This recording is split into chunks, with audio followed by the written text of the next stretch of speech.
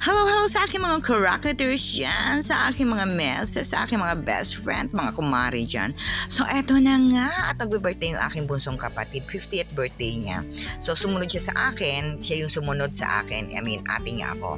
So, ito hiniram nila ang aking kusina at medyo maluang at nakakaluwag-luwag ang ating kusina.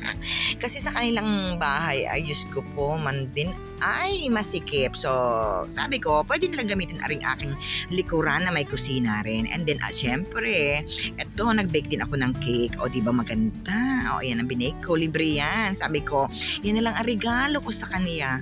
O, ayan, diba maganda? Oo, eto naman ang handaan. At dahil nga masikip ang bahay nila, ay di ginanap sa kalsada. Di nilang sa gilid-gilid. O, di nakaraos. Ayan ang handa nila. O yan, may pakandila pa yan. Kasi sabi nila kapag may kandilan, tumataboy ng langaw. Ay, ko naman rin mga langaw naman. Hindi naman sila invited. Bakit ganaran din eh? So, dalawa ang cake. O, ayan na. Darating na ang mga bisita. O, ayan sa kalsada.